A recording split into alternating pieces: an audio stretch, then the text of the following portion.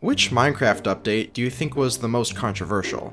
Probably the 1.9 combat update, or maybe even the introduction of phantoms in 1.13, but neither of these even comes close to the update released in September of 2011, the Beta 1.8 Adventure Update. This update, compared to the others that came prior, was massive. Changes were made to almost every aspect of the gameplay, which included a complete overhaul to the terrain generation, a new title screen, sprinting, new bow mechanics, the addition of experience points, and of course, the player hunger system. And this, right here, the hunger bar, was where a lot of the controversy was. In every previous version of Minecraft, food and hunger worked a lot differently. By simply right-clicking on a piece of food, it would instantly recover your health, no hunger bar to worry about. It was very straightforward, and many Minecraft players at the time got used to this system very quickly. But once Beta 1.8 was released, a new hunger system came with it. Food no longer healed hearts directly, but instead filled your hunger bar, which then slowly regenerated your health. You would lose hunger by sprinting, jumping, and getting hurt. And if your hunger bar went to 0, you'd slowly start taking damage. But to many, the hunger bar seemed like more of an annoyance than a challenge. In previous versions of Minecraft, you were rewarded for not taking damage by permanently keeping your health, regardless of what you did in the game. But in Beta 1.8, doing really anything would require you to constantly eat. But it wasn't all that bad as it seemed for a few reasons. Alongside the new hunger system, food started to become stackable, which wasn't possible in earlier releases. But the biggest and most favorable change was the introduction of sprinting. If you wanted to sprint, it would consume your hunger.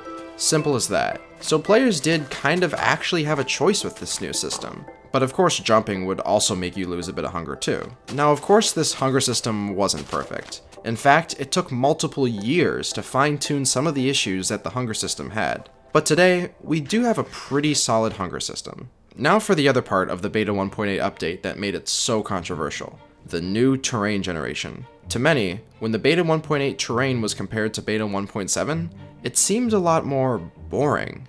Everything just looked smoother and more polished. At first, this may seem like a good thing, but the issue is that if the terrain looks too smooth and too polished, it starts to lack character. This Minecraft forum post sums it up pretty well. You can see how, for example, these cliffs look a lot more impressive when compared to the new Extreme Hills biome introduced in Beta 1.8. And that's the other thing, you could only find Extreme Hills in Extreme Hills biomes.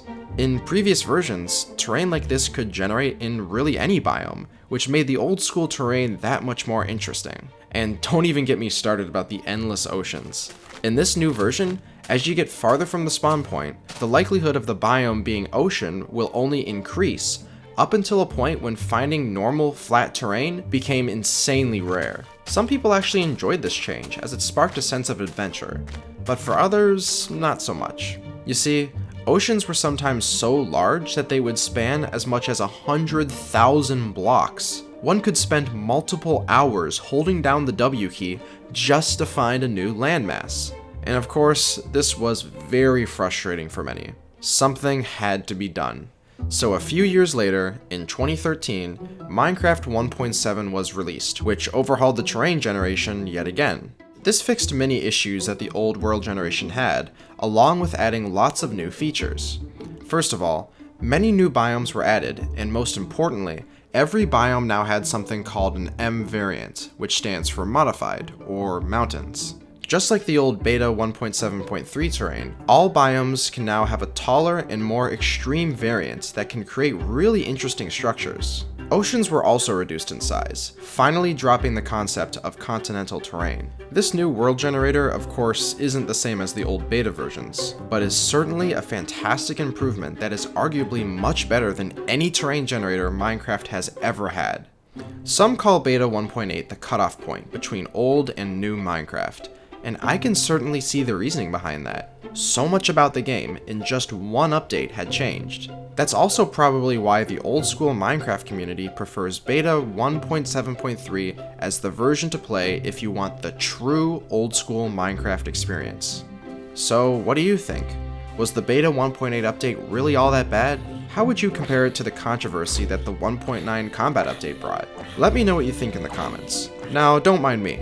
I'm just crossing this ocean to look for an ice plains biome. It shouldn't take too long. Maybe I should have at least brought some popcorn.